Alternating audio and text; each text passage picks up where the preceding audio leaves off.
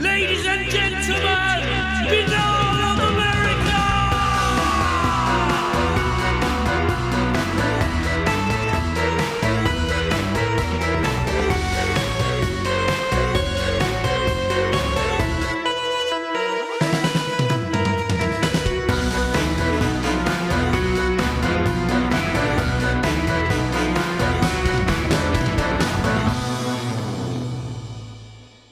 And now, ladies and gentlemen, your host, Tim Binnall. No commercials, no subscriptions, no network, no rules, and at the end of the day, my friends, no comparison. Welcome back to another edition of the BOA Revival, and I am very excited about tonight's program. This one is kind of, I've had them on my list to talk to, and as Jack can attest, a couple of weeks ago, the light bulb kind of went off, and I'm like, these guys, I kind of was like looking for the right mix of people to sort of as part of this initial batch, and I'm like, this is it. That's from the list. These are the folks I want to talk to. These are the folks I want to talk to. That's the ethos of Binnall of America. Who do I want to talk to? Not just, who can I get to talk to? It's who do I want to talk to? Who do I want to talk about issues and topics and all that good stuff from the world of the paranormal and beyond. But tonight we're going to really be in the realm of UFOs, in the realm of sort of those tangential areas. My guests tonight are longtime friend of the show, Jack Brewer. You know him from the UFO Trail. He's the author of The Grays Have Been Framed, Exploitation in the UFO Community, as well as Wayward Sons, NICAP, and the IC, or Intelligence Community, for those out of the loop. And alongside Jack tonight will be Erica Lukes, who she's been in the UFO community for a super long time. We were kind of laughing about it even before you got on the call, Jack. That is just we're just kind of like our two circles never cross paths. And so I'm excited to get you on the show tonight. I think I've said this before about Jack on the program, and I stand by it, and I'll repeat it here. Jack, I've grown to be quite the cynic in the world of UFOs over the years, to the point that, like, I really kind of, with all, I don't say this with malice, but the only handful of people who I kind of know and have encountered and run across over the years, there's only a handful of people that I can say, yeah, that person, I'm totally solid with them. That I have the utmost respect for Jack. I have the world of respect for Jack Brewer and what he does, and taking on the slings and arrows of the UFO trolls, which is just a nightmare in and of itself. And he's a straight shooter. That's probably the best way to put it. And like I said, from what I can tell, Erica, from my understanding and slight following of you're of the same, cut from the same cloth. And so when I heard that Jack was pairing up with you last year, it's like, well, Jack is not going to team up with. Jack's not going to team up with any. He is the ultimate litmus test. So if you get the thumbs up from Brewer, then you're all right. And so well, thank you.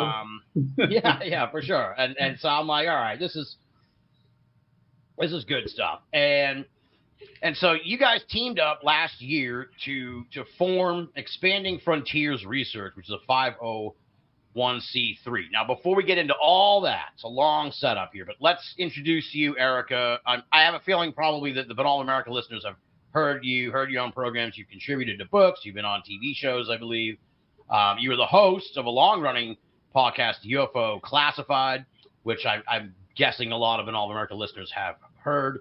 But give us the bio, the background. Who is Erica Lukes? For the encyclopedic record here of Binnall America. Oh, who are you? How'd you get mixed up in all this? Frightening. I ask myself that question every day. How did I get mixed up in this? But I've loved, since I was a little child, I've been fascinated with the paranormal and UFOs and things. And so I started reading about this topic, basically in grade school. And that was something that never really stopped, even though there were times in my life when I would kind of put it in the, back closet for a minute, but I would always find my way back to the subject. And I had a couple of interesting experiences in 2013, and I thought, at the time that they were unusual. And so I started doing some studying.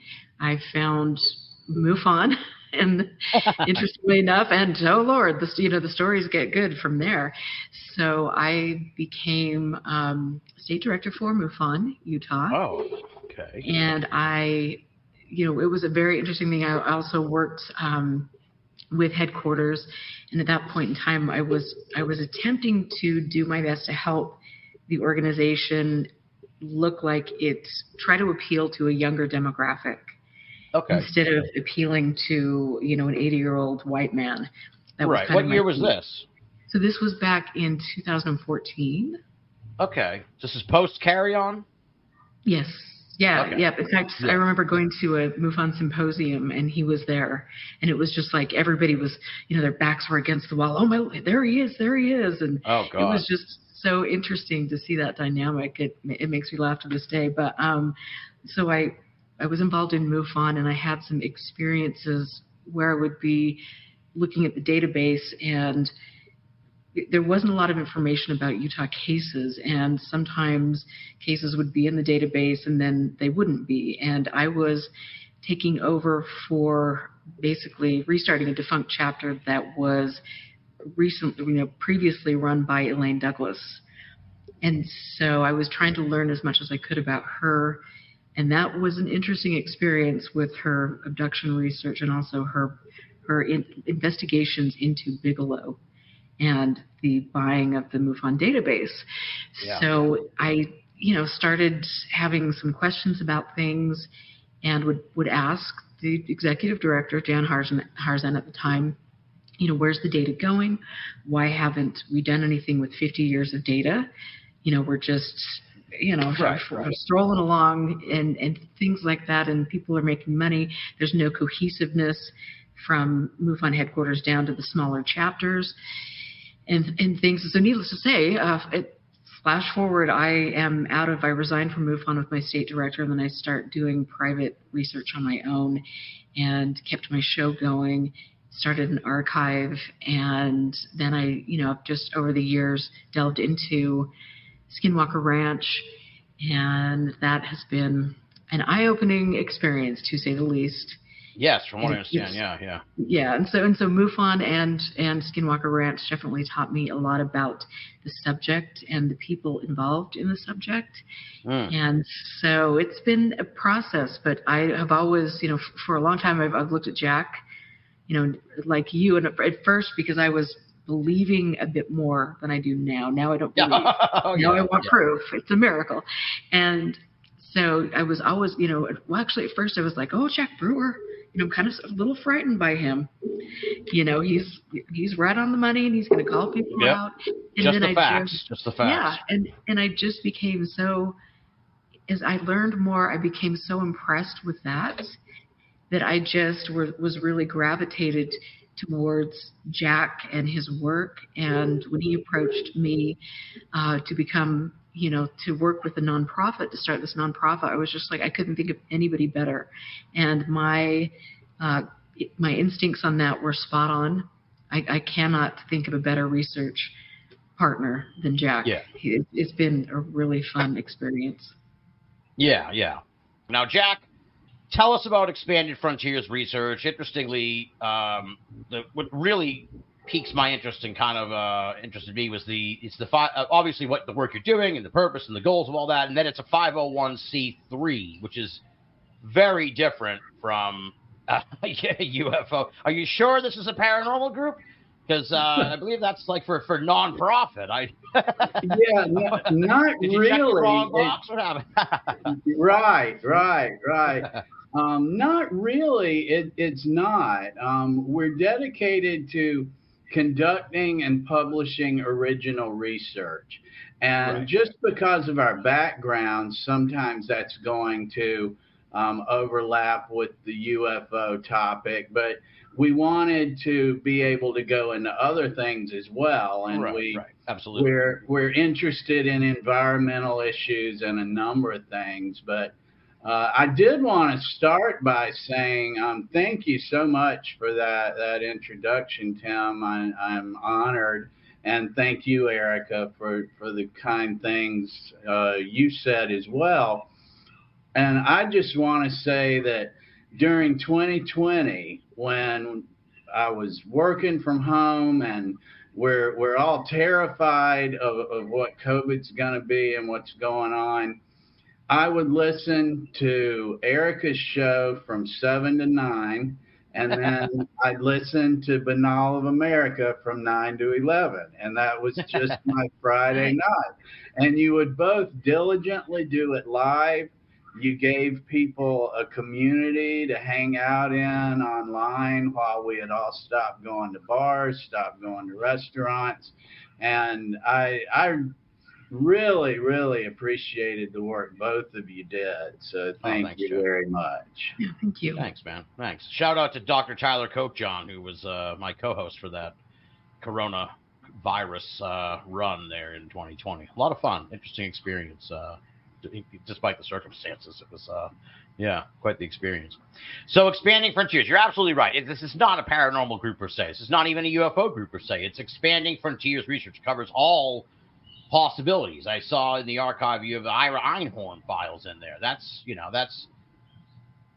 fringe stuff, but it's certainly not paranormal or anything like that.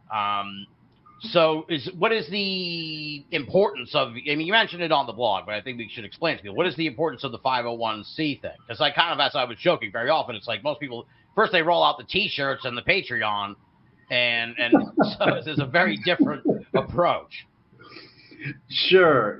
I have worked with nonprofit organizations in the past, so I had some background in that when I approached Erica and talked to her about some questions she might want to ask herself about her archive and the work she was doing there in Salt Lake. And I told her if she wanted to discuss it at some point, I would be happy to talk with her about it, that I had some background in working with nonprofit corporations as well as organizing them. And there were some things she might want to consider that could be beneficial. And among those things are that when people donate equipment, time, cash, various resources, it's tax deductible. So that's certainly a benefit to people as compared to just giving to a Patreon or a cause that they may want to support. But it's always nice to have the tax deduction, if applicable, as well. But a big reason that we wanted to go with a 501c3 is it makes an organization eligible to apply for grant funding. And so we have been submitting proposals to various agencies and coordinating with qualified professionals in the areas that we have looked at, for instance, like the National Endowment for the Humanities, and we would like to do some archiving work with them and interview some people in Utah that have rich histories surrounding Salt Lake and some things like that. I could go more into it, basically human interest things and the humanities, projects in the humanities. So the 501c3 made us eligible to apply for grant funding and anything that an organization wants to try to do. Yeah, because your stuff, a lot of it is centers around FOIA stuff. So I assume, it's a lot easier if you have a nonprofit 501c to get help than if you're like, some paranormal group, That's just or even as individuals, you're just even not eligible to apply for funding. All right, so let me see. Let's start out with the Phenomenon stuff. I guess that was kind of your big splash onto the scene. And so since we just heard from Jack a little bit, let's start with Erica here on this. What is the? I'm trying to think of how to even, because people need to really kind of read this whole thing. It's really tell people sort of what is the focus there of this investigation that you guys undertook into this Phenomenon event that was held out in Utah. Okay, and I will just kind of preface this by, going back to the fact that I'm from Utah, and I have looked into and been involved with a lot of players with Skinwalker Ranch in the whole history of things, and so for me, as a researcher, I'm not looking at the bright and shiny, pie in the sky kind of thing. I'm doing background research into specific individuals, into their, what the organizations they belong to. In Utah, it's a big state, but it's a very small community. And being a business owner myself, I know a lot of people who interact with specific groups and individuals. And so there were some questions that I began to have again about Skinwalker Ranch and some of the stories that were being told. And when, you've got a place where allegedly people are being, hit with ionizing radiation and people are getting cancer, yada, yada, yada, and yet nobody is looking into that topic. There's no, you've got the Attorney General, Sean Reyes, who's on the new show. You've got the governor, the former governor, Gary Herbert, who was on the new show as well. And none of these officials are looking into the health hazards that are being promoted by the ranch. Those things to me really, really stood out and became problematic. And so I'm digging into like the environmental issues around the ranch. I'm digging into financials. I went to the sister conference of Phenomicon up in, they do two conferences up there in Vernal, Utah, which is kind of a sleepy town. And it's about 40 minutes outside of Skinwalker Ranch. And I went to that. The same people were speaking, and it was very interesting. It's this big, beautiful place that they built a few years back, and there was a lot of money thrown into that, and it made me wonder. Again, you've got a conference, Phenomicon specifically. It's in Vernal, Utah. A lot of the things that go on in that area. I mean, it's the oil industry really booms, but it's not a destination area unless you're looking at going to Dinosaur Land and things like that. And so to go there that's a big effort. So how much are taxpayers paying for this? That was one of my first questions that I had.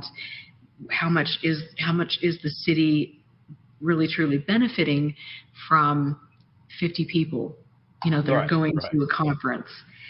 And as far as I know, to this day, we still have never seen any numbers about how many people actually attend the conference, which I think is suspect. And we can that. Yeah, they won't disclose that information. When you see pictures, you can see that clearly the conference hall is not even half full. Right, and to be clear, this event is paid for by the government, the town? By Utah, by the it is. Yeah, the county. Yeah, so I started. County, okay. Yeah, and I had questions about the whole thing. And it's like, look, if I part of the thing is I know enough, we know enough. If my tax dollars were going towards putting on a UFO conference, it's like, well, you don't just throw the money in the trash, dude. You're not it's not going to make any money. This isn't like a business venture. So, I mean, if you want to throw $10,000 or something, maybe at the UFO folks to try and put on a show, but we're talking like big money here. This is we're considerable talking, money. Yeah. And the thing that is interesting too, and I want to just say, I have people again that work in the community, people that work for for domestic violence. They work for children in need that have disabilities in that specific area, and they're getting their taxpayer funding cut, and they don't have the ability to do services to help the community that is very much in need. And yet you've got this conference, and they're giving Travis Taylor, $5,000 for one speaking event, and a couple grand for lunch. I mean, things like that. And it was just like, okay, what's going on here? And so when I approached Jack, Jack was just right on it. Let's do it. And so he did what he does best, which is reaching out, doing grammar requests, reaching out to the travel and tourism and getting them on a record. And then from there, that's when we were able to get enough information put together to expose what our taxpayer money was going to. Yeah. And what did you think, Jack, when you saw what was the final amount ballpark that they put into this event, the county, and what were your thoughts when you saw that number for the first time? Oh, I was pretty surprised. They've done 3 of them now. The last one, their budget, they allocated about $125,000 for this event this year, just a few days ago. That, like, we think about 50 people showed up. Ballpark. They claim a lot more, but so did the Flat Earthers when I saw it to see them down in Dallas, Jack. Yeah, they're not being helpful and open and helping us understand where they're getting these figures. They also claim that they bring a lot of revenue in. We're trying to look at tax records, like how much sales tax is being paid during this time compared to years past when they didn't even have the event. And I'm not sure that we can really even see a significant difference here.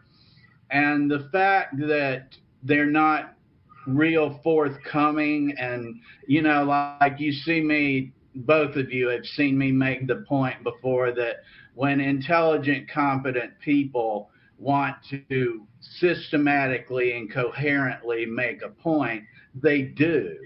It's not, you don't have to pull it out of them, you don't have to piece together information from 3 different agencies and have to surmise this. It seems obvious to us, Tim, that if you could show that this was really in John Doe's better interest, you'd be happy to lay these sales tax figures and hotel taxes and everything else on it. So I'm doubtful, to be polite. Yeah. Right. Can I just add? And where it really comes into focus, as Erica was saying, the speakers at these events who, like Thomas Winterton, for instance, is an organizer. He's on the county's organizing committee and personally profits from this. And we're talking about 5-digit figures of profit over 3 years' time. We're not talking about a couple $100 here and there. Right. Yeah. And a gift card to Chili's or whatever. Yeah. Well, it's and you may be going in this direction, Erica, but I wanted to make a point so I don't lose the thought. And I recognize that it's beyond the issue of sort of wasteful spending, which is ridiculous with the UFO topic attached to it, but also the health thing, where it's like part of the ethos of Skinwalker Ranch is like you could go there and things could happen to you like for the rest of your life or whatever, and it's kind of and I think like you could be attached, like the aliens or whatever, it'll attach to you. Hitchhiker, yeah. I didn't even want to dignify it, Jack. But it might be trademarked, right? Exactly. You know what? Yes, it probably is. Now that you mentioned it, Jack, good point. And part of the deal is like they were charging tickets, so like you get to go and have lunch at Skinwalker Ranch. So it's like, wait a minute, if this is dangerous and shit, shouldn't you? It's like, look, we're taking you at your word, Skinwalker Ranch. You say that the aliens attach to people, so maybe you shouldn't just bring any asshole onto the thing that has $75. But they do. We gotta, So everyone's like, oh, you're a debunker. It's like, no, we're not actually. This isn't even a debunking position. We're taking you completely at your word. If you go to Skinwalker Ranch, the aliens can stick to you. So maybe you should like build a wall. Maybe you should not be bringing people onto the fucking ranch. Or if you do bring people onto the ranch, make sure that they're actually people who are monitoring the environment and keeping track of the radiation. But that exactly. It's ridiculous. But I wanted to go back really quickly to, the point of how, we're not being told what the taxes, what the revenue is truly for businesses in the area. And I think one thing that is really important to note with regard to that is the fact that when people travel to Phenomicon, they're staying in the main hotels. There's one, it's not locally owned, mind you. That's the most popular place for all of them to stay and people that are coming into town. It also is interesting because I've talked to business owners there who have not seen any revenue because of Phenomicon, because people are going there, they're partying with the people from, Phenomicon at the hotel. They're not venturing out to businesses. They're not having lunch in the community. They're having lunch at food trucks that are wheeled up to the place that are owned by specific people involved with the ranch, allegedly. And so, all the mom and pop stores that could be benefiting, like they probably do when people are at Dinosaur Land and visiting the petroglyphs and things like that. I mean, it's people are in Phenomicon and then they're out. And so there's no revenue being generated. And I also did speak with a person with Utah Tour Travel and Tourism, and they said that the time that they hold the conference is the busiest time of the year for tourism, and it typically has been that way for decades because of the fact that people are getting ready to go back to school. It's a beautiful time to visit the area, so there really is no way other than getting numbers from, you would think, the people that are claiming that this is increasing revenue. So it's very interesting. Yeah, so you have to compare it to the same time of year and factor in inflation and all that when they were never having the event. Because, like if I have a lemonade stand on the 4th of July in D.C., I can't claim I brought all of that tourism to D.C., Yeah. Right. But one more thing, and then we'll flip it back to Tim here. But Erica was touching on there that how do they decide who gets to make $5,000 for being a speaker? Who gets to be a vendor? Who gets a $75 a head tour to their business and who doesn't? And we hear a lot of grumbling about that people that work in the area, that have businesses in the area, that want to be supported, while this core group is organizing it and paying themselves out of county funds. There are small business owners, people that do tours, people that own operations there in the area that are being isolated and told to rent a vendor's table if they want to be involved. And also, too, and sorry, I promise well, Jack and I get going, and I'm telling you, we've got so much to tell you.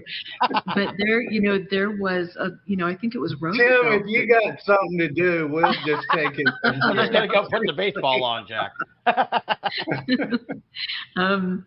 There were people in Roosevelt, Utah, and again, the ranch is just right outside of Roosevelt, but they actually printed off T-shirts and mugs, and they wanted to, just sell them to people and make a little bit of money, and then they were threatened with a lawsuit.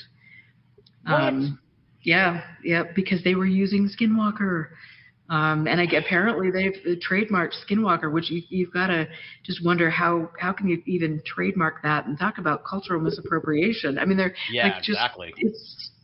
There's so many things going on there. So enormous. Yeah. Well, I have a very basic question to sort of wrap my mind around this a little more. How much do they charge? Let's say I live in the town. I wanted to go to see the event. How much do I have to pay to go to see it?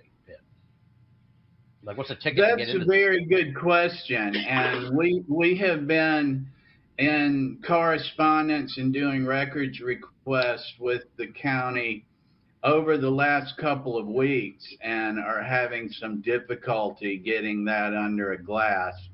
They've given me amounts for what they say they sold in tickets and different types of passes, but it's been very tedious to get information out of them about how many people and what did they pay, and how, like, what's the documentation, like I literally just got these things answered in an email after I did a records request, and I was like, well, what's the documentation for that? Like, I guess I'll just have to do another request of just give me every financial document you got. Yeah. It's like, can I just come down to the office and can you just let me go through the fucking thing? Because you don't seem to know what you're looking for, you claim. But that's exactly what we're talking about here, Tim, of if you had information you were proud of, it seems like you'd be shoving it at me, Right. Yeah. Well, hold on now. Go ahead, I'll be quiet. I have to talk, because otherwise people will say, what is this? I thought I was doing all in America. Listen, folks, I'm taking it easy. I guess because the reason I ask about the cost of ticket to get in is twofold in a way. One, if this was really about improving the community, like, look at fucking Roswell. They put a ton of money into their thing, but there's tons of free stuff. There's free. Like, if they're gonna put on a conference like that, they do the same thing up in Exeter, McMinnville. I'm sure is, if you got to go see the speakers, it's $10 or something like that. I think that's a guess, because I'm saying in Exeter, I think it's like $25 now to go in and see the whole day of things. But I'm guessing that this stuff is much more expensive, and it's very sort of isolated. With these things, they're like festivals. So if you want to help the community, you need to put on a festival. You need to involve all the local businesses and do all of that. If you're going to put on sort of a private conference, that's fine. Do that. But you can't be funded by the community. It just seems completely incongruous to me. And I think I've mentioned this to Jack before, but part of me wonders too, sometimes it's not necessarily this event, but some of these events, they're so like out of the way. You got to kind of really hike it to it. You got to spend a lot of money. I sometimes wonder if you're one of those people, just be careful if you go, because they know you spent a lot of money to come to the middle of nowhere, Utah, and people will tell you fantastic things because they know you spent a lot of money to come to Utah, and what else might you spend money on? So, I mean, I don't know. I hope that, but you guys know what I'm talking about. I think hopefully anyone listening, who's like, I'd like to go to one of those things. I'm going to shell out like $2,000 to fly from Boston. It would probably cost me somewhere, maybe $1,000 or something like that plus to go. So it's like, all right, well, this guy's willing to spend a lot of money and go a long way to do it. So what else might he want to do? Yeah, it's interesting. There are some really wonderful people in that area that I've become friends with over the years, and it's we talk about it and kind of are just in shock at how they really do appear to play favorites and exclude other business owners. And that's unfortunate because, as you mentioned, it should be a community effort if it is being paid for by the community.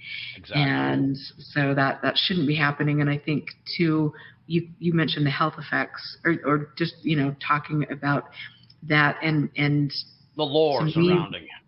Well, I mean, you've got, you're creating a narrative, and you have people that are into a subject that might not be emotionally well, that might have. That's true. And so I just remember being at that conference and seeing people coming in that are being targeted and manipulated and being told that they're special and they've got psychic gifts, just like a lot of UFO conferences. And to me, that's really pretty shameful and very unethical.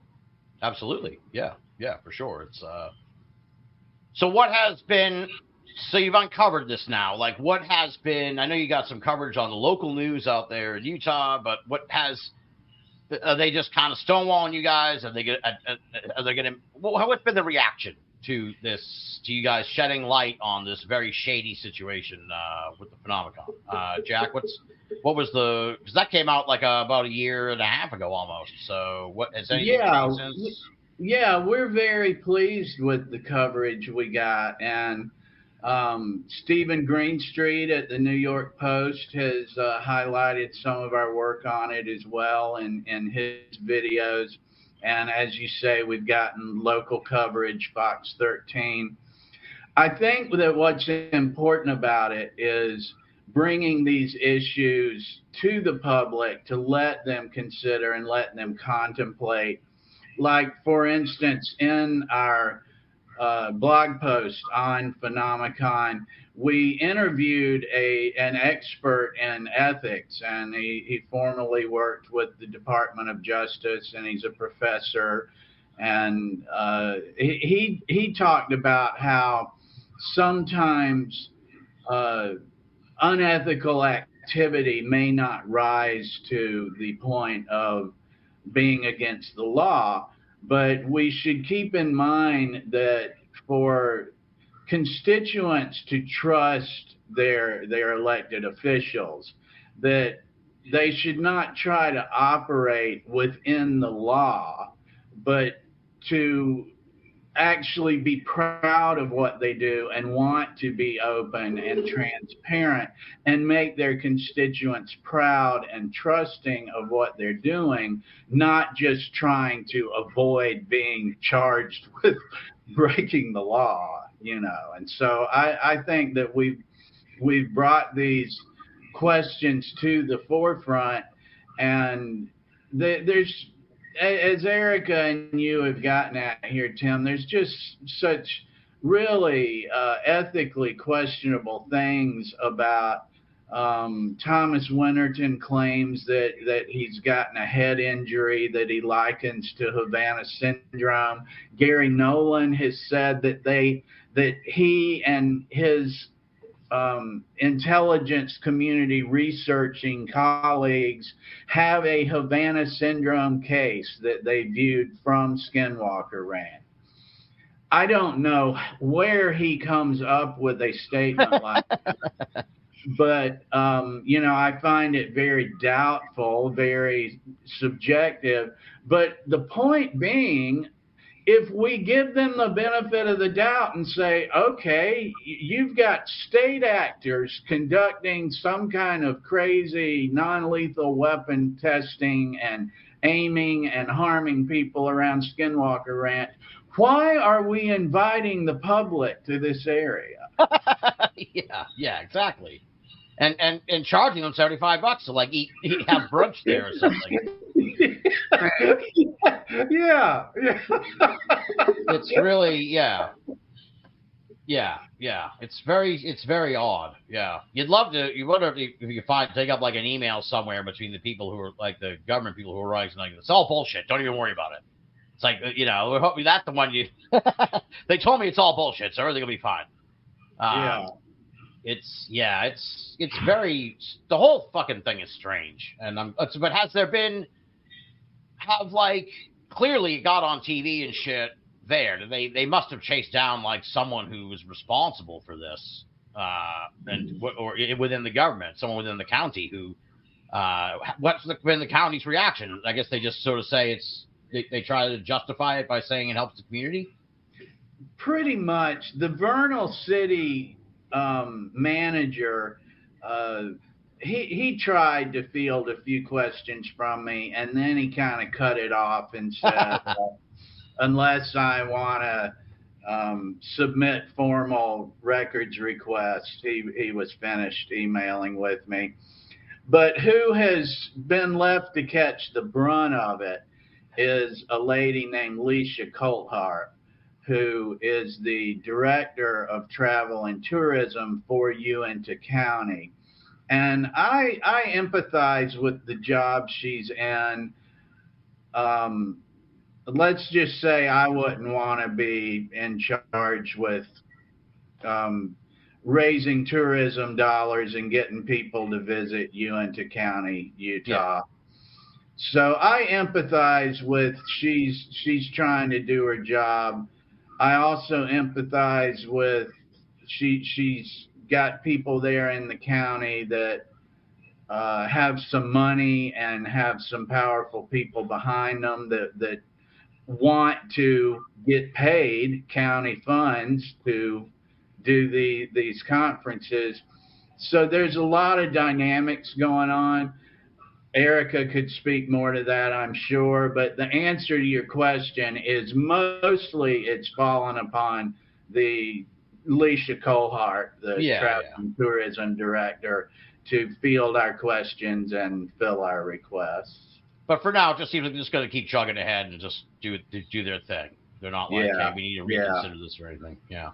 And too, it is worth mentioning that Thomas Winterton, the caretaker, the steward of the ranch next to Brandon Fugel, his father is the senator, and so his father has been responsible for passing lots of great tax breaks for the film industry, and they're pushing for really getting the funding for the Uinta Basin Railway, which would extract resources out of that area and has been quite controversial from an environmental standpoint. And so you have all of these factors. And the Skinwalker Ranch, in fact, sits on an oil reserve that is owned by the former, by the, not the Shermans, but by, why am I having a brain cramp, Garth Myers, by the Myers family, who, interestingly enough, was my bishop when I was a small child.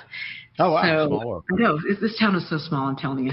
But so there are lots of, you go to the ranch or around the ranch, and there are lots of, oil rigs popping up. They're doing a lot of fracking and things like that. And so people have a vested interest in making sure that that is a booming business, even though there is an environmental impact to that. So it's fascinating, and there are also health concerns with that. And so are they using the Skinwalker Ranch, the hitchhiker or the Havana syndrome and all of this crap to deflect from what's taking place in with environmental issues? That's the question to dig into another day, but it opens a lot of questions that really deserve to be looked at. Yeah, well, it's an interesting.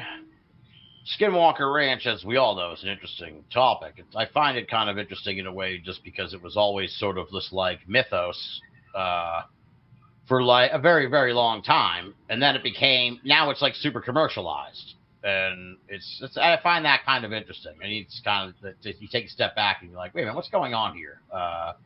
Tim, the contradictions are just absurd. Like she mentioned Senator Winterton, whose son manages Skinwalker Ranch and claims, that he's been had a head injury from this, whatever force.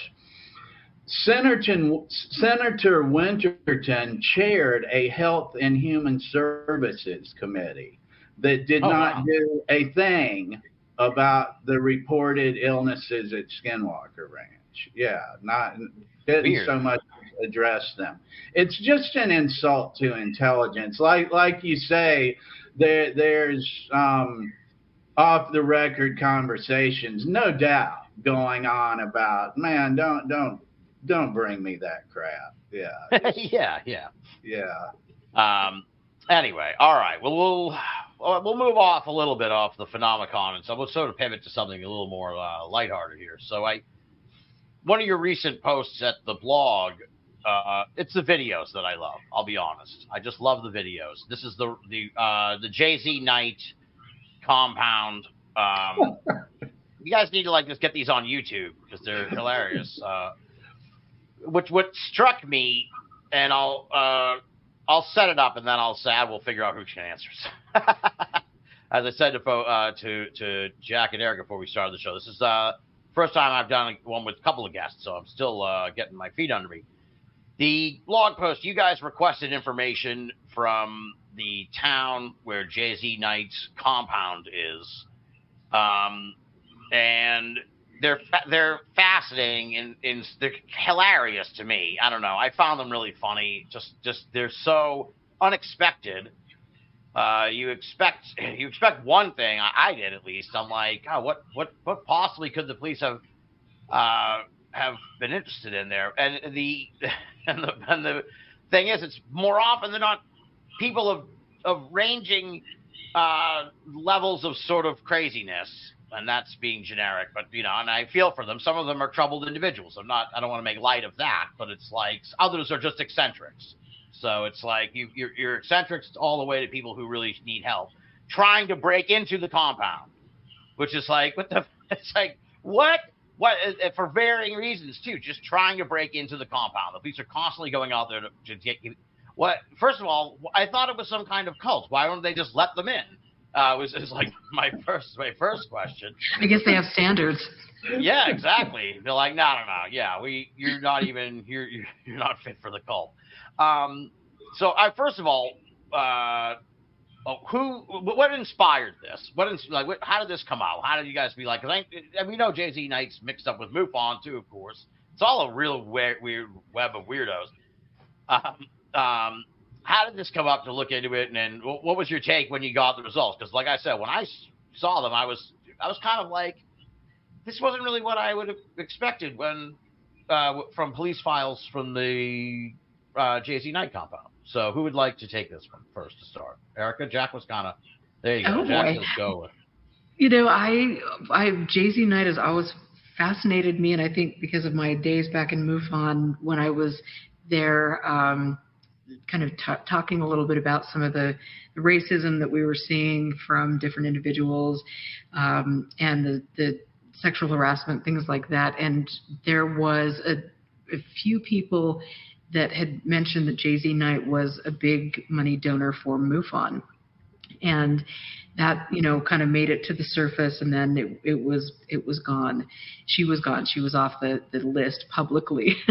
Right. And so, she was a person that intrigued me. And so Jack and I put our brains together and decided that we wanted to do the FOIA request and request from law enforcement to try to figure out what was taking place at her cult compound. She is a very interesting woman, and during the 80s, 90s, she was very popular on the talk show circuit. She had some pretty horrific videos of her channeling Ramtha that has had removed from the ethos, and so I was really excited to see what Jack dug up with regard to that. It was like you say, it's like these are really interesting videos to watch. I can appreciate the humor. We felt too, like on the one hand, it's sad, and I'm sympathetic about. Absolutely. There's a demographic here that are vulnerable and mentally ill, and it affects them negatively. But they also seem to be former students and employees in some cases, and I'm pretty sure former student is synonymous with donor. Like there's not anybody just being given a scholarship to hang out at the in the VIP circle. And I would like to get if it's possible, if JT Knight's listening, I would like a scholarship to your cult. I'd like to hang out for 6 months in there. Some of them, man, they got violent after they'd been there a while. This one dude was threatening to kill a guy, and Jesus. But yeah, we were kind of joking about it too. We'd find different things and send it to the other one, and I'd say, hey, look, this dude wanted enlightenment pretty bad, and it'd be like a clip of somebody trying to drive a pickup truck. Yeah, those videos. Wasn't he liberating Ramtha? I mean, that's what he was trying to do. Yeah. Yes, one guy was trying to liberate Ramtha. I read them earlier today, actually. One guy just cut through the fence and was running around with a baseball bat, and then there was another guy who routinely stalked the property with a machete. Just wild stuff. Wild stuff. Yeah, it was wild, and It wasn't really what I expected either. Erica was kind of interested in Ms. Knight and the association with MUFON. And I said, yeah, I'll shoot a request over to the FBI. That's kind of my thing. And so since Ms. Knight is very much alive, I did the request on Ramtha School of Enlightenment. And the FBI responded with a couple of pages, and one of those pages said the couple of pages they gave us were a memo. And in this memo, the FBI agent was telling another agent that he had been in touch with Thurston County about Ramtha's group, and that Thurston County said they were aware of the group. So when we saw that, we were like, hey, let's ask Thurston County if they have any records. And then that was, do we have records? How many do you want? We got videos. You want the digital recordings? I mean, they got interviews with these people, digital files. Oh, wow. And we posted all of it there in the folder in the archive. And yeah, I mean, they basically act as Ms. Knight's security personnel to a certain extent. Yeah, it seems that way. Yeah. And I can imagine kind of what you're saying about these might be some of them might be former donors. Yeah, very much like I can only imagine how someone would react if they've been in there for like 5 years or whatever, and then one day they're like, you're out. It's like you used the wrong spoon or whatever. Yeah. And this is actually part of kind of a series Erica had talked to me about. Why don't we look into cults? And, not necessarily the stuff that's been done to death, like the Mansons and stuff like that, but some of the lesser known stuff. And yeah, there's this one group we're looking into that's like 100 years old. And like you're saying there, one of the leaders in the 80s left because he had said, you guys have just become like a group of isolated people out in the woods, like this is just crazy, that even the leader had said, this is just nuts. You're not inviting people in, you're isolating, you're afraid of the world, I'm going over the wall. And like you're asking them, why aren't they letting people in? Well, some of these people had been run off and trespassed. The one guy obviously had been paying to be involved because when he was at an event, he had the police called when he approached another attendee. Yeah. And offered to sell hand grenades and weapons and whatnot. I don't know the full nature of their relationship, but after he was told don't come back anymore, he kept trying to force his way back onto the property, and he became one of those people literally going over a wall to get in. And they just get obsessed with trying to get at her. It's crazy. Yeah. It's very weird. I think it really highlights, for me, some of the cults that we're looking into. And you could say that, some of the mainstream stuff going on in the UFO world, I mean, there are lots of cults right in front of us, where people are offering to do some pretty nefarious things. But, like with Ramtha, I mean, there were serious allegations of sexual abuse, of lots of things going on, and it's in environments like that are really isolated from the outside world, where really bad things can happen. You can have these militia movements pop up that want to overthrow the government. You can have, sexual abuse taking place, all sorts of really horrific things. And I think it's important to understand that, especially when we're looking at the UFO world and into the conspiracy world and some of these things, we're channeling and we're bringing in, we're touching base with our star beings and nonsense like that. But those are things that you see at conferences, and it's for sure. really dangerous. It's a gateway for things that take place that can really harm individuals and have the potential to pose dangers to our community and our democracy. Yeah, no, it's worrisome. That's for sure. It's a weird human nature thing, these cults. That's why I say, like, I joke, I fear that what would happen, but I would love to go undercover on one of these just to be like, okay, how close can you get to Ramtha? Like, are they, what is the protocol? What do I have to do for a week here on the Ramtha compound? That would be interesting to me, but either I either wind up a super devotee or like one of the leaders. So it's a risk I'm not ready to take. After a week, I'd be like, I'm never fucking leaving this place. This is great. I get 3 square meals, and all I got to do is dig ditches all week. This is awesome. Right. Oh, man. So let's see. Now you opened. I want to specifically. I'm going to jump a little bit in my notes. We're not really following too closely anyway, but I specifically want to highlight the archive that you guys recently launched, because that's a massive undertaking, and there's a huge amount of information there, and it's a big achievement. You guys, you should be lauded for it, and I want to highlight it because people need to go and look at it. It is tremendous, and it's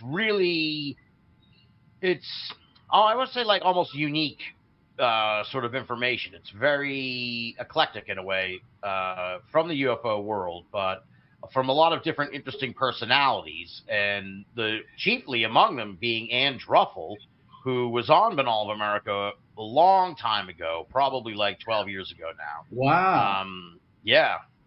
Fantastic lady. She passed away a few years ago, which I imagine is kind of how the archive sort of came into your hands, Erica. But talk about the archive, talk about the launch of this archive. And as I said, Ann Druffel sort of a signature, one of the centerpiece personalities in the archive. So talk a little bit about this.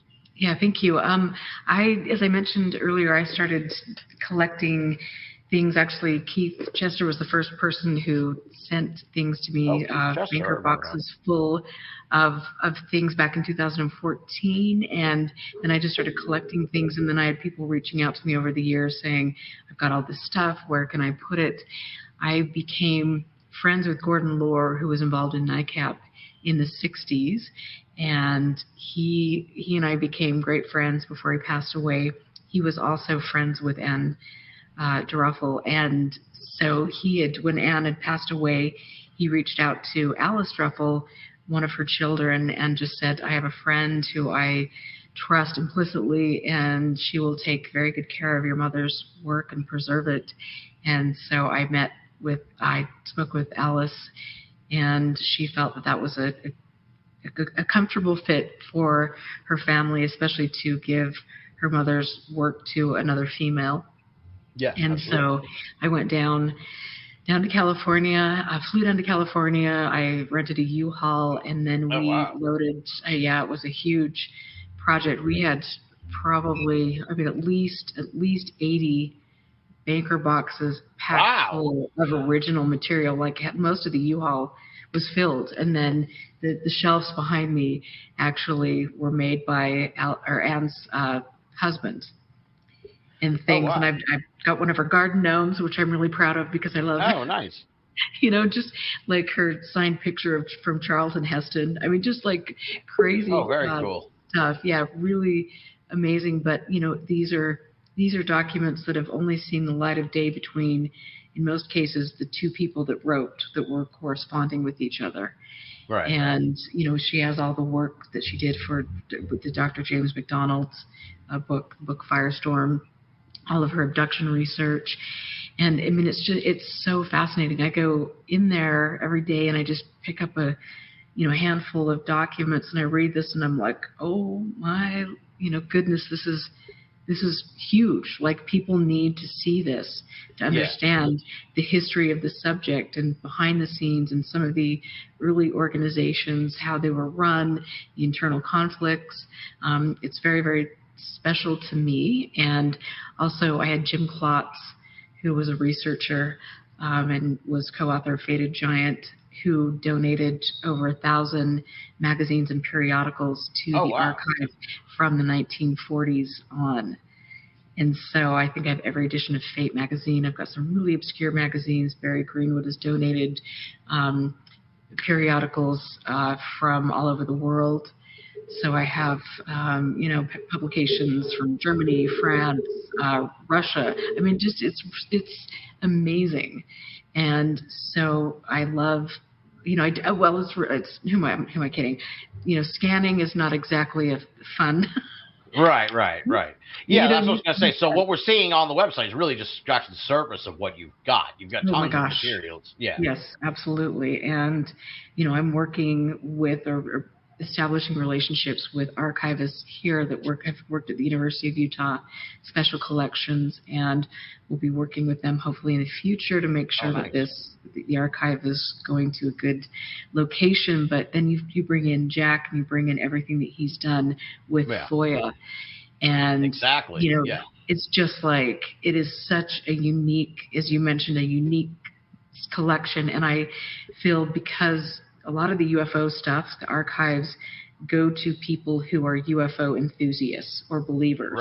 Right. And as a result of that, you're only going to get specific information from those archives. Like, okay, this case in 1979, we're going to look for the Holy Grail, and they're completely omitting all of this other data that's really important. And so that's why I think our collection is very important to the history of the subject and to other things that Jack and I are working on. Well, I'll make a request down the line if you get the chance. I'd like to see anything that you might have on the Tujunga Canyon stuff, because that's kind of one of her more famous. Oh, I've got stuff. Yeah, I'd be interested. I've got a lot of stuff there. Yeah. I imagine that's quite a bit, because that was like that was a big book for her and everything. Is it like the stuff you got? Is it like super organized? Because I think to the poor museum up in New Brunswick that got Stan's papers, and Stan's papers are like just a complete array. I think they had to rent like multiple trucks, I think, or go back and forth on it, and it's all just in complete disarray and everything, and they're trying to like sort through it. Is it relatively organized, the stuff you got from Ann's, or is it similar in nature to that? Because I mean, believe me, I don't have an archive, oddly enough. Part of me thinks it's interesting that some of us, we may not even have much to pass on because everything is digital now. So there's not a lot of, like, when I die, I'll have to like hand over all my passwords. I'll be like, that's about it. I don't know what else. It's all digital. But so to jump back to the original train of thought, to the Druppel archive, is it relatively organized, or was it kind of like haphazard and tough to dig through? You know what? She was actually pretty good about organizing things. The interesting thing is that they were in different areas of her house, and so she had her own like collections in specific, areas. And so it was like, okay. So my goal has been to try to organize things in a way that makes sense for me and my archiving process. So that's been something that I've been doing, and I will continue to do. And I also have, Gordon Lore's things as well, which luckily have been digitally, they've been archived, and things in there that's available on Expanding Frontiers Research. So it's a work in progress. It's a labor of love, but it is so cool for me. It's one of my passions. And when I look at Ann's things or Gordon's things, it's a really important thing to me that I'm doing, because I'm preserving somebody's memory. Yeah, and absolutely. their work. I'm going to make sure, like, especially with Gordon or with Ann, it's I'll make sure that these people aren't forgotten and they're remembered for their contributions to the subject. So, absolutely, and Ann was pioneering, so she deserves to be remembered among the big time researchers of her era. Now, Jack, talk a little bit. Another aspect of the archive, another piece of the archive, is a lot of stuff from Emma Woods, which I think is very important, and it's good that it's out there, that people you direct people to this story. It's amazing to me. I was telling Erica I was saying how we run in very similar circles. We never crossed over, and how I'd known you for years and years. I think we kind of came along cross paths originally as a result of a lot of that kerfluffle when it unfolded through mutual friends, Jeremy Vaney and the late great Jeff Ritzman. And that's kind of how we originally, I think, became friends back in the more quaint times of online ufologies. So, but that's an important case. So I guess talk a little bit about that and what people can find there, and just give us your 2 cents on it, buddy. It is. Emma Wood's case is extraordinary, and between her and Carol Rainey, they gave us, in my opinion, the most accurate and truthful view of what had been going on among researchers of alleged alien abduction. And it was not flattering for those researchers. It was at best confirmation bias run riot, and at worst exploitation and complete disregard for the mental health and physical well-being of the people that were intended to be subjects of books. Emma has this stuff documented well. Like you say, Jeff Ritzman and Jeremy Vaney covered it competently.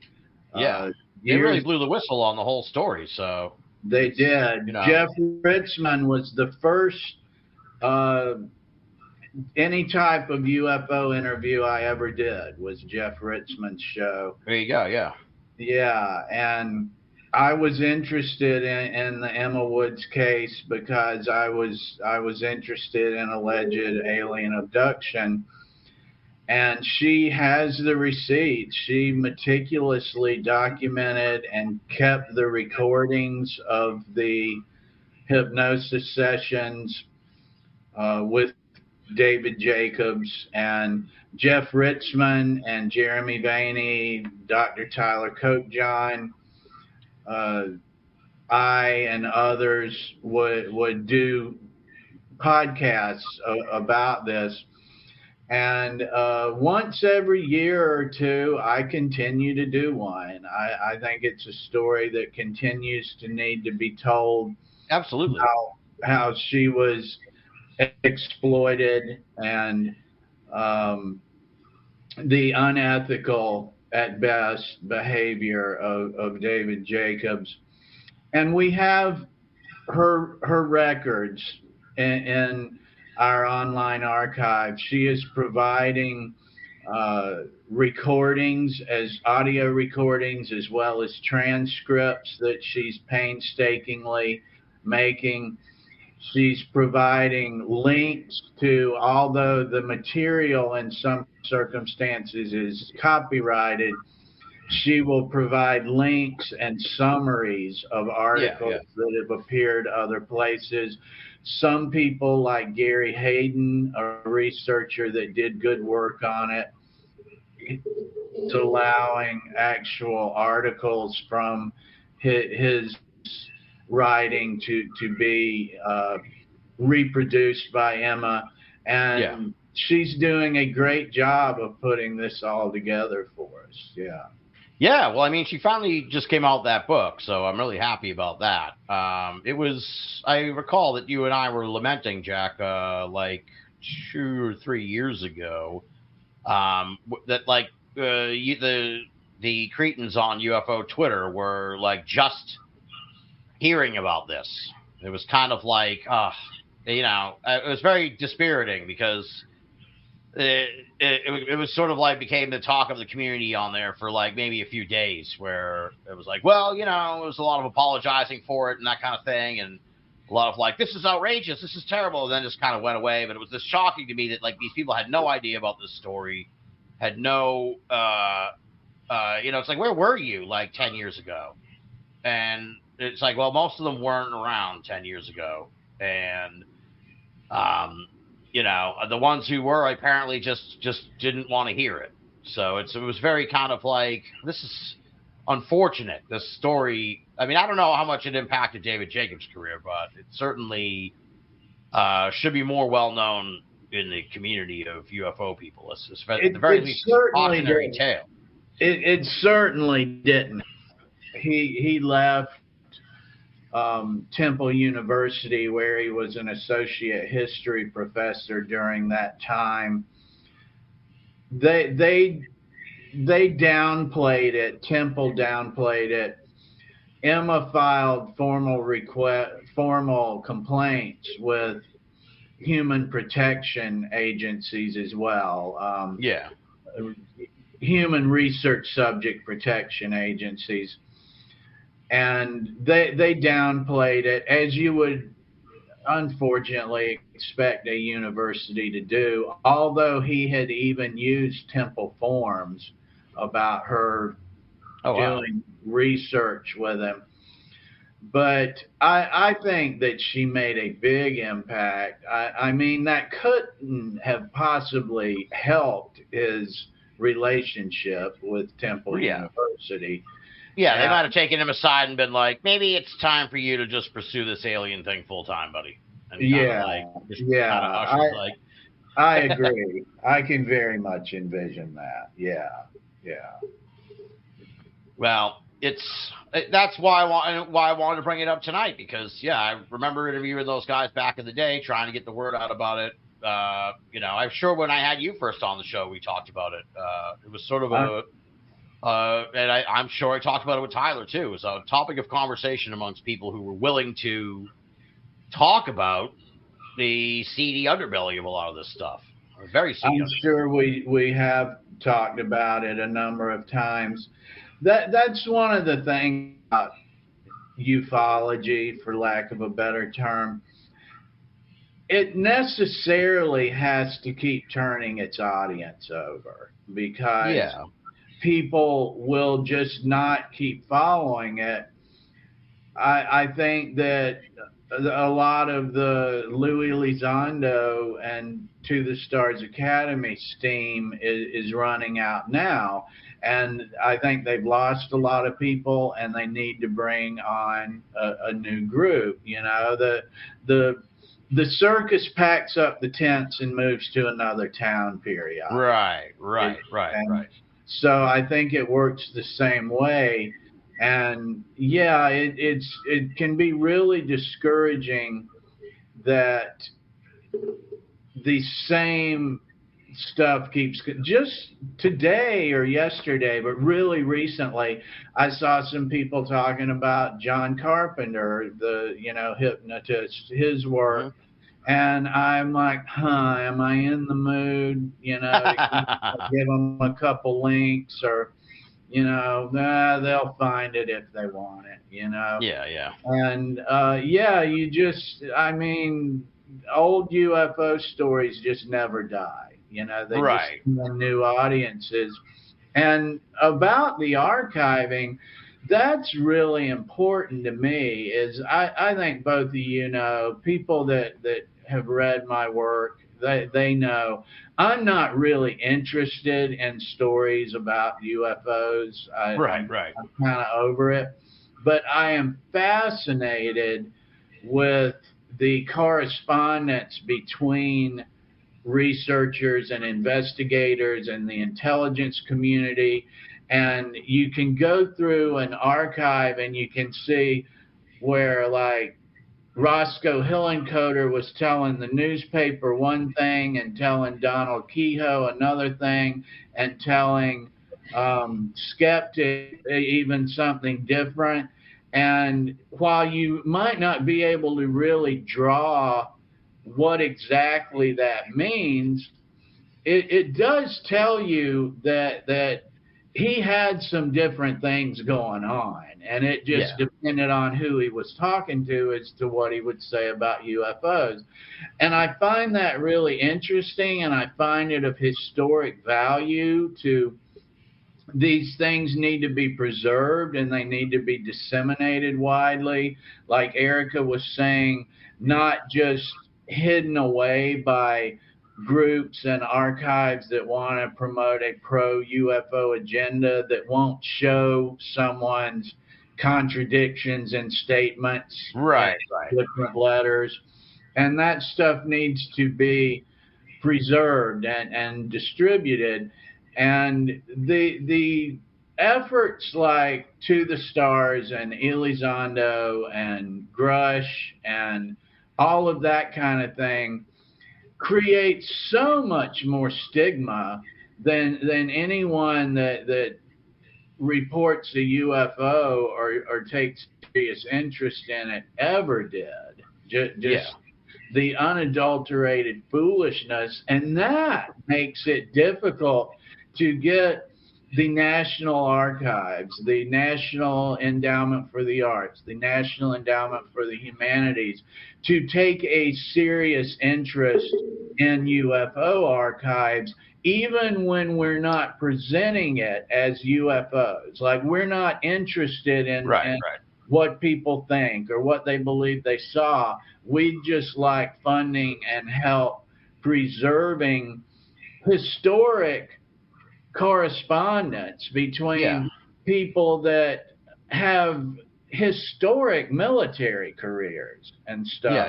And the stigma created by just these ridiculous stories that keep going around, and the you know, the green triangles and all this foolishness really hurts the efforts to, seriously document the behavior of quite human beings over the decades. Absolutely. Now, Erica, I'm going to pivot over to Erica because I let you go for a while there, Jack, on that one, which you have a very valid, important point there. Absolutely. Well, you set me up for a good segue in a sense, where it's sort of more of a free-form idea, and I'll sort of turn to Erica first. You said you got into this originally. You sound a lot like kind of my journey in a way, where you sort of like came into it with like an open mind, sort of a wanting to pitch in and kind of be like, all right, let's see what let's see where we can go with this kind of thing. Because like when I first got involved, I just got out of college. I picked up Jim Marr's Alien Agenda and started listening to Coast, and was like, thought to myself, well, it's been a lifetime since I was a little kid, since I was interested in this stuff. So clearly they must have made some progress while I was off at college and growing up, and they made a lot of promises that it was like they had, and it was just right around the corner. This is this is going to happen, and so I became pretty disillusioned after like probably a couple of years maybe of hearing these stories. So was there a point in your journey through MUFON where you were just kind of like, okay, I'm kind of ready to get off the train, of the UFO train? I pretty much all day, every day. I mean, it's an interesting thing because I started to get pretty jaded with the MUFON stuff, but I went over to Norway. I was there for 2 weeks when they were doing science camp in Hessdalen, and that was a really cool experience for me. I do think there is something of merit to studying, on the unknown. Absolutely. I don't want people just before. I don't want people to take my. I'm all about the phenomenon. I think we're all on the same page, about that, and I think it's the crowd, man. So go on. It was, the MUFON stuff was the first kink in that chain, and then it was really delving into Skinwalker, and I will tell you that was a really dark, chapter in my life for multiple reasons, and I just, that is a really, talk about the seedy underbelly of things. That is it, and so I have asked myself, and I've had conversations with Jack, I think we, both have this conversation quite often. Okay, at what point are we going to jump off this train? What are our motivations for doing what we're doing? And, how can we delve into this and still be sane and helping Yeah. individuals and Right. things. And so that's something that I've, every day I'm remembering Ann Druffel, I'm remembering Gordon. Every day I'm remembering the work that we're doing at EFR. And so as skeptical or as jaded as I've become, I still have a wonder for the subject, for the history. It's fascinating. Right, Even right. if, I just have to take out my personal stuff and then. Well, I think maybe, and Jack kind of spoke to it too here. That's kind of what set me up in a way with this segue. But I think the three of us can kind of recognize that, because we were all in this before the New York Times thing like changed everything, and we can all see that this has completely changed. It's just a completely different world, to the point that I've likened it to, I kind of say that it's UFOs, ufology, UFOs. That's all before 2017. 2017, I'll let them have UAP.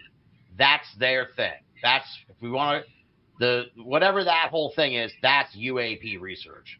Then UFO research is completely different, because the UAP stuff is all with the government and all this other thing. It's all government based. Fine, take it. I like the UFOs better, but it's really interesting that it's just completely changed. And the UAP thing is what UFOs are now to the general public, and the quaint sort of world of flying saucer research that we all grew up in is marginalized in a way, and maybe sensationalized for the really crazy cases, but the whole sort of scene is like fading away in an unfortunate way. Jack, Erica, go ahead. You started. I'm sorry. I just can't quit talking. What can I tell you? My inner Steve Harvey. I'm on the top of the show. I mean, I was just saying, I think it's always been an interesting topic as far as, you have groups that are politically motivated and trying to steer the agenda. That's all, you can see that with, right. Kehoe and NICAP and things. And I think now it's just that times, 100, and that's unfortunate. And it has just really become a really, really toxic environment. And Absolutely, there aren't a lot of, at least back in the olden days, before dinosaurs ruled the earth and I was in my prime, it was like you could, you were having conversations with people that you knew who, you knew this person. Yeah. You knew their identity. It's not just, going into different chat rooms and communicating with who knows who and things. Right. And so it really, that has changed, and that's really unfortunate for the topic. Yeah, and I think I'm going to throw it to you, Jack, in a minute. But I just, and part of this thing that it makes me uneasy with UAP research or activism is that there's a militancy to it that's like, I feel like this could be eventually turned in the wrong direction. So that worries me a lot. It's like you don't see that kind of militancy from like Bigfoot researchers or ghost hunters and things of that nature, or, flat earthers, like people. They're just kind of like, they do that. They're not, there's an anger there. There's an underlying anger, and sort of makes me uneasy. But anyway, so Jack, speak to this. Jack, I would love, I really want to hear, in a sense, too, kind of how I framed it here to Erica. You came along, you were sort of writing about these more quaint and stories, and it like, I think if this Emma Woods thing came along now, it may have even had a much bigger impact, because like nobody fucking cared about UFOs 10, 12 years ago. It's really changed just 5 or 6 years ago. So I guess what has been your reaction to seeing this sort of sleepy little world of eccentrics and quasi researchers to this governmental behemoth that is UAP, the UAP phenomenon, part of it, zeitgeist, or whatever you want to call it. I don't know what, this change. Yeah. I think it was the perfect storm of public relations. Whatever we want to say about Christopher Mellon and his associates, they did a really good job of, Oh, yeah. of public relations. They cashed in favors or whatever they did, that they got the media outlets they wanted, and they got stories printed the places they wanted that were effective. And I think it was kind of a perfect storm along with the pandemic of conferences stopped, regional meetings stopped, and that just gave Twitter, Facebook, social media, that became the UFO community, or UFO Twitter. Right. There, like Erica was saying, there wasn't really just calling up researchers and talking and, meeting at the bagel shop on Saturdays. That just stopped, and the UFO community, and certainly many people's association with it, just became a social media account for them. Yeah. That's what they knew. And yeah, I mean, To the Stars got this in the media, got it on the news, got people talking about it. I think it was kind of the perfect storm. Trouble is, they're incorrect about virtually everything that they said. Yeah. That's the problem. It's an interesting conundrum in a sense, because they've been fabulously successful at getting people to talk about UFOs.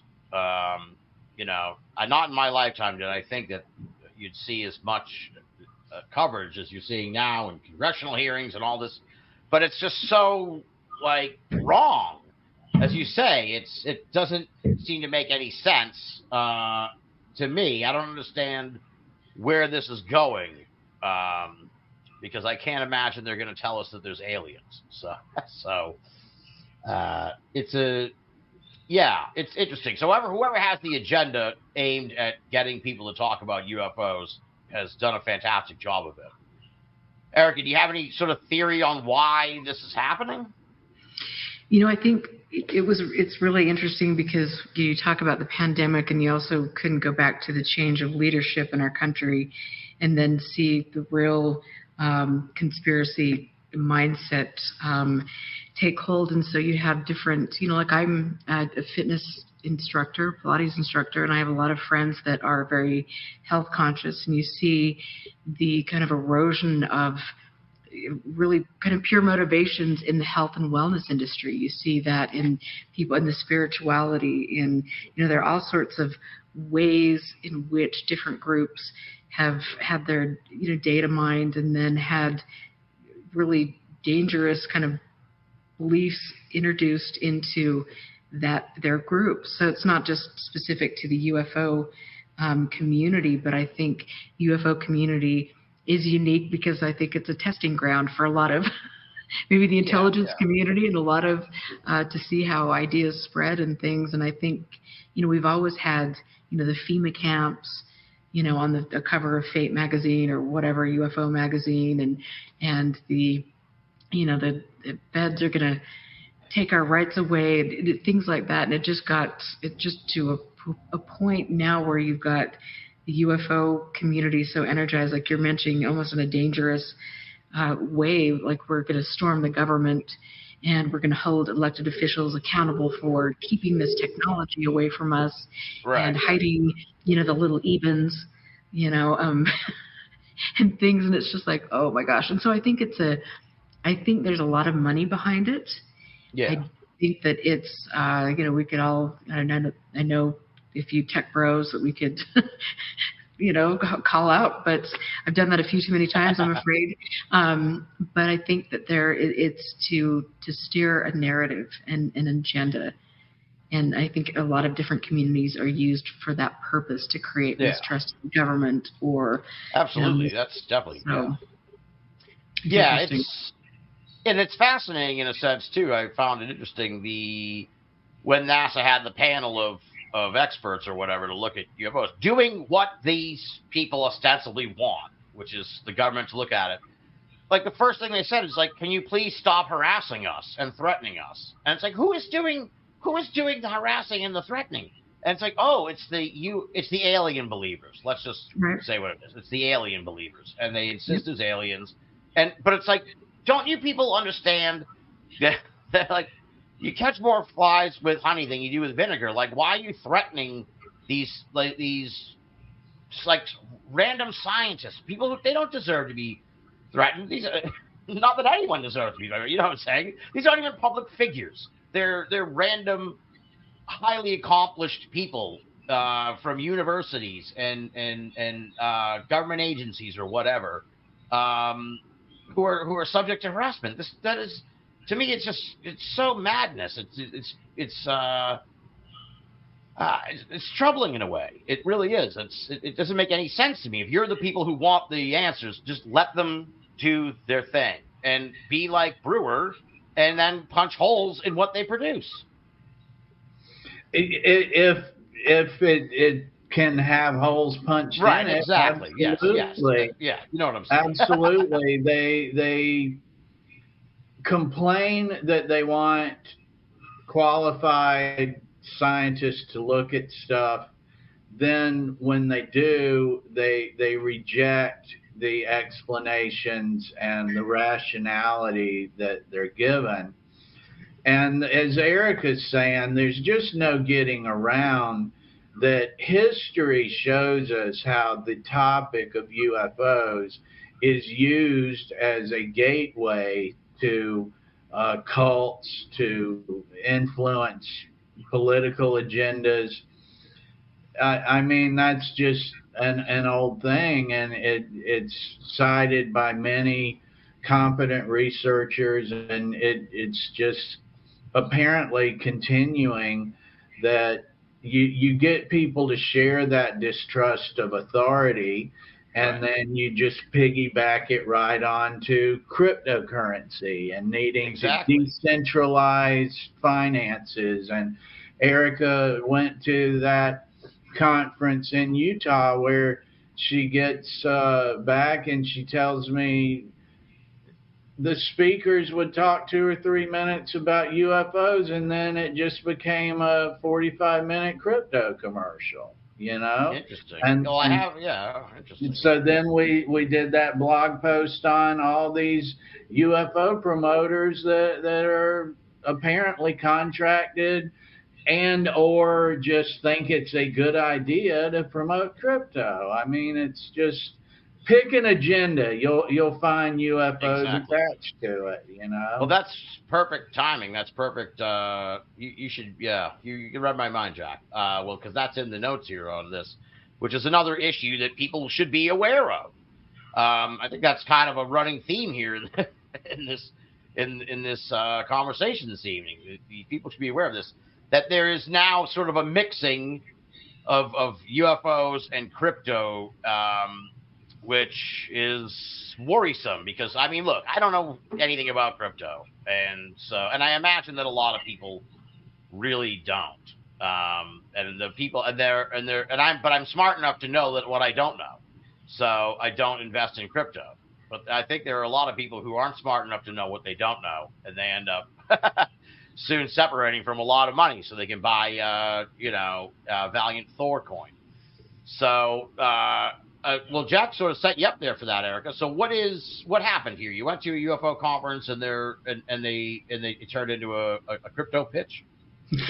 Yes, it did. It was quite interesting. Jalen Hynek's son was there, and we got 10 minutes of my dad, yada yada. I went, hey, let's talk about taking our currency to Mars, and how are we going to? What kind of money are we going to use when we're exchanging money with aliens? I mean, it was just like, oh God.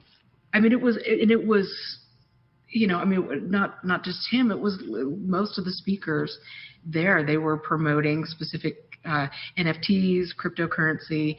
It was very interesting to me. And it also, I just have to throw this out there, I have heard, and I haven't been able to back this up, but that because it takes a lot of power to generate, to work with crypto and things, that Yeah. there is, the power in the Uinta Basin is fairly cheap. And I was informed by someone that they would bring in like huge tractor trailer containers and use that to do their crypto, Yeah, this is a recurring problem all over the country.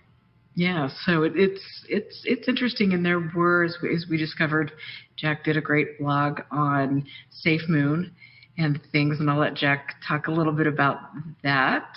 So interesting. Well, this is kind of what I was sort of referencing in a way earlier, where it was like, look, if you have the money to go out to all the way to the middle of nowhere to see a phenomenon, let's just, then someone who has crypto, you're who they want to talk to. Yeah, they'd like to hit you up for more than a T-shirt. Yeah, exactly. So talk a little bit about what you've uncovered there, Jack. Well, yeah, I mean, Erica saw this conference, and there were people like Chris Lato that's selling digital images, and J. Allen Hynek's son, Paul, that apparently was representing Bitcoin, says in his profile that he represents crypto. We discovered Avi Loeb appeared at a conference, for a Bitcoin conference, and it was kind of concerning that these people that are always saying that these scientists, that when they get criticized about doing a less than reputable event, they'll say, well, it gets the word out. We want to talk to people. Well, they don't seem to want to talk to us when we want to ask them, what does your work have to do with Bitcoin? Would you, please explain to us? Right. So they don't seem to want to talk to us. And one of the people that were most vocal about SafeMoon, a cryptocurrency, was Brandon Fugel. And this was kind of amusing in an odd sort of way that the guys in the crypto world, we could go back and research and see that they were just dogging him the whole time, telling him he didn't know what he was talking about.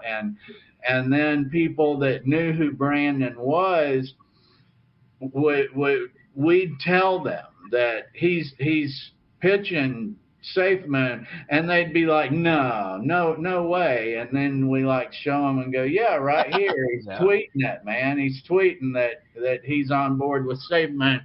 And they'd be like, wow, everybody knows SafeMoon's just a terrible bet. And he was defending it when they would throw this at him. It was a big thing in the crypto world.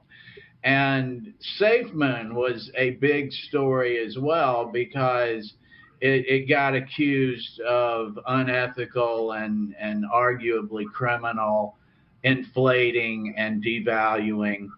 And after that happened, Brandon continued to defend his investing knowledge, even after he told me that he claimed, when we hit him up for comment, that he lost 90% of investment in SafeMoon after he had, been pitching it to everybody. Right. And he denied having any financial incentives to pitch crypto, and I don't have any reason to disbelieve that. I just find it, I guess I'll just say, Tim, I find it incredibly short-sighted when you have a significant following that you get on the internet and talk about where people should invest their money. And it's what you do for a living. That like you work with Colliers International, you're a real estate for a living, and it's pretty baffling. But yeah, he was among those who came across our desk pitching crypto to the general public. Some acknowledge that they have contracts and have financial interests with companies. Some claim they don't. And just like crypto. Yeah, well, that's not entirely. I mean, that may not necessarily be entirely hard to believe in a sense, because if you're kind of like a UFO zealot, and let's face it, if you buy Skinwalker Ranch, you're a UFO zealot. I'm sorry, Brandon, if you're listening, but you are. I mean, look, if I had the money, I'd buy Skinwalker Ranch. So I guess kind of call me a wannabe UFO zealot. But yeah, if you're getting mixed up in that kind of scene, I can see how the crypto. I don't know. I'm sure. Have you ever talked to someone into crypto? They're worse than a UFO buff. They just talk about the blockchain and all this shit that I don't have any understanding about, and how crypto's the future and crypto's this and that, and it's very cult-like. So if you're susceptible to the UFO cult, you're probably susceptible also to the crypto cult. So there may not necessarily be anything nefarious on anyone's part. It might just be that they're super super into crypto, because there's a lot of these people like that, crypto bros. So who knows? But think before you invest, folks. Well, and I just want to say too that crypto is, it's a great way to launder money. It's a great way that has, there are a lot of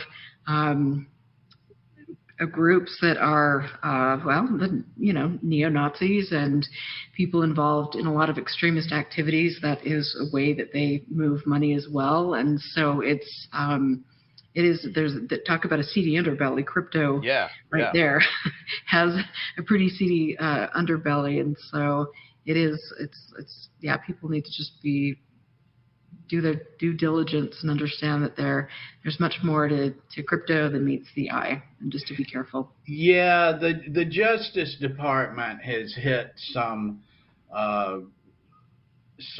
coins and those that represent them hard, and some money laundering schemes. I don't think there's any way to get around that. It's really easy to envision that people who would attend a UFO conference may seem like a good demographic to target for a poor investment. And so it's hard to get around that. That, like you were saying, Tim. Just put that on a T-shirt, Jack. Yeah, you have expendable income if you're at this event. Right. But I think, unfortunately, like a lot of the people that attend these events don't. I mean, they're like taking their savings, they're packing their little kids up and driving across country, and they don't have, and that's another thing it's so sad about kind of targeting that demographic to begin with, because there are people that are very sincere that don't understand some of these the finer things of crypto and the manipulation in the subject, and that's really that's sad and unfortunate. Yeah, that's a good point. Like if there were 50 people at that event, like maybe 15 are comfortably can spend money, but there could be a good 25 people that really had to scrimp and make it. And, both groups are kind of susceptible to get rich schemes. So. Well, and Utah's the capital for that. So. Now, as we wind down, I kind of like threw this out there, but I'll sort of hone in on it a little bit more. And I guess I'll sort of, and I almost hate to ask this question, but I am curious as to your opinions on this. But it's such a broad question. But like, here it is. It's the middle of October. I think today I heard that that they got permission, as I call it, to go into the broom closet with Grush, the Congress lady she's like Marjorie Taylor Greene of Florida. She's like she spearheaded the thing with Matt Gaetz and her. Yeah, right. Yes. Yeah. Yep. her and Matt Gaetz and Tim Burchett have got permission to go into the broom closet with Grush. So this is going to be, put it on pay-per-view, but it's not. But we can't, right? Because it's going to be in a SIF, as they call it. I call it the broom closet. So apparently they're allowed to go in and look at the shit. So that's the latest update on this saga. I guess the question is, where do you see this going in the next year or two? Because I said, to me, it's very confounding because it feels like they're pushing the ball right up to the line with a lot of this screw stuff. They're busting out the aliens now. They're getting closer. But I don't see how this can possibly unfold in any way that people envision. Like I said earlier, the government's just going to say, "Oh, there's aliens." So to me, it's like this is an unstoppable forces meeting an immovable object. How is this going to conclude somehow, or is it going to fizzle out? And how will that happen? So I don't know. I'm curious about where this is going. So, Jack, what do you think? As we kind of wind down 23. It seems like they're not going to stop making noise about this. So I'm curious. What do you think? I don't think that we're going to have anything publicly disclosed of significance. And I think there will be a percentage of people that think something significant was disclosed. There you go. Yeah, that makes sense. I think it just goes on and on and on. I mean, Kehoe and NICAP got congressional hearings in the 60s. Ever since, we've had so-called whistleblowers that claim to be able to tell us about Roswell and about this, and they saw an alien and they saw the files. And I don't think Grush even claims he saw any of it. I think he says he talked to people that's my understanding. Worked on stuff. I think politicians will be interested in something grandstanding, any topic, whether it's aliens, whether it's healthcare, whether it's prison reform, whether it's human rights, as long as they're consultants tell them it's beneficial to grandstand that topic. I think it's going to continue like it has, because my personal opinion is I don't think there is anything to disclose. I think this is, I think 99.9% of it is about exotic aircraft and spy games, and I think people that believe aliens are among us will keep believing it no matter what is or isn't disclosed. Yeah, that's for sure. Yeah, well, you hit a couple points, and I'm going to throw to you in a minute, Erica, so you can take some time to think. Like you didn't have time just now, but I'm going to jump in. But I think that you're absolutely right, Jack, in the sense that it's the greatest thing for Tim Burchett's career was this UFO thing. Like, I had never heard of him until he became UFO congressman. And now they have him on asking him about fucking gun control and all kinds. He's just a talking head all over the place to talk about actual issues. And it's like, you're the UFO guy. I don't give a fuck what you think about abortion, dude. Your opinions are useless to me. You're completely off the reservation here already. It's bizarre that it's actually helped his career to come on, and now people want his opinion on all kinds of shit. And it's like, what? Why? And it's very interesting. And I think a lot of people who get jazzed up about these congressional hearings, people like in the UAP world, they need to realize too that, like, I don't know if they've heard, but Congress is broken right now. There's not even anyone running Congress, the House of Representatives. It's broken. It's completely fucking broken. And we're on the cusp of what looks like World War III.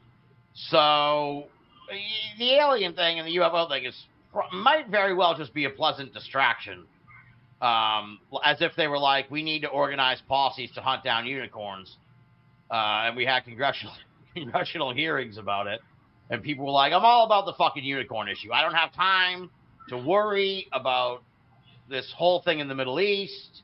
And Ukraine, I'm a unicorn. I'm Team Unicorn. We need to get to the bottom of that. So it's like, I wonder if it's just keep people busy while the world burns sort of thing. So, Erica, where do you think, this might be headed as we close out the year in next year, 2024, all that good stuff? I think you're still going to have the same ringleaders, and the flying monkeys. The great Oz will still be behind Bigelow, behind the curtain.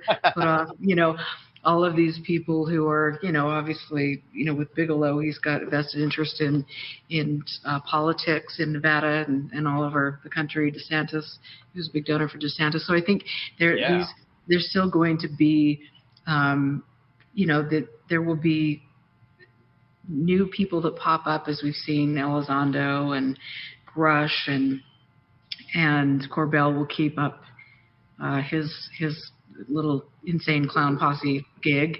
And so there will always be somebody that's willing to take over, but at the end of the day, the same people are still behind the scenes. And right. It will just, like you mentioned so brilliantly, it's appealing to a younger demographic who doesn't understand the history of topic and how it is, oh gosh, they're saying that we've got dead alien bodies. Well, flash forward or go back to last decade and the decade before and things like that. And so the circus will keep, coming to town. And it's unfortunate because I think now more than ever, the stakes are a little bit higher because there's a lot more going on behind the scenes than we probably understand. So we really need to be savvy and educate ourselves and ground ourselves in looking for factual information from verified sources. Yeah, for sure. Yeah. I mean, I thought this was going to fizzle out earlier in the year when they shot down those things. I was like, oh shit, this is going to be the end of the UFO thing. And they're going to be like, oh, we figured it out. Then all of a sudden they roll out Grush and it's like, oh, Jesus Christ. You got to be kidding me. I thought the circus was going to leave town, but it's back on. So it's really, what's interesting, I think the three of us can agree, it's interesting. There are characters who are running thread throughout the history of this, most recent history. But there's also an interesting sort of like a UFO archetype. And I'd be interested, I haven't really, I would say everyone out there, put your thinking caps on. And maybe, because I know a lot of the listeners are also steeped in UFO history, but it's like you take Nick Pope, he's kind of like, Lou Elizondo was like a modern Nick Pope. He's kind of got the same archetype, the government guy. Even Brandon Fugel is kind of like a Bigelow type. It's sort of like a rich benefactor character. You've got David Grush, who's like the Bob Lazar archetype. It's just very interesting. And like I said, those are just kind of off the top of my head. But I think as people kind of more look at UFO history and then look at contemporary UFO history, you could probably slot a lot of these people into the same archetypes over the generations. It's really, I don't necessarily know if that's orchestrated. I think it's just a really interesting, weird quirk of history or how things unfold or sociology or whatever. I don't even know how you would place it, but it's just intriguing. Yeah, it just works out that way. Like it was Colonel Alexander in the library with the candlestick. Right, exactly. Yeah, like Joe Firmage, Robert Bigelow, Brandon Fugel. Yeah, there's that. You get that role. I often felt like in politics that if they've already got a good Democrat, so somebody needs to be the Ivy League Republican that's conservative. Yeah. We have a cattle call for that if anybody wants to try it.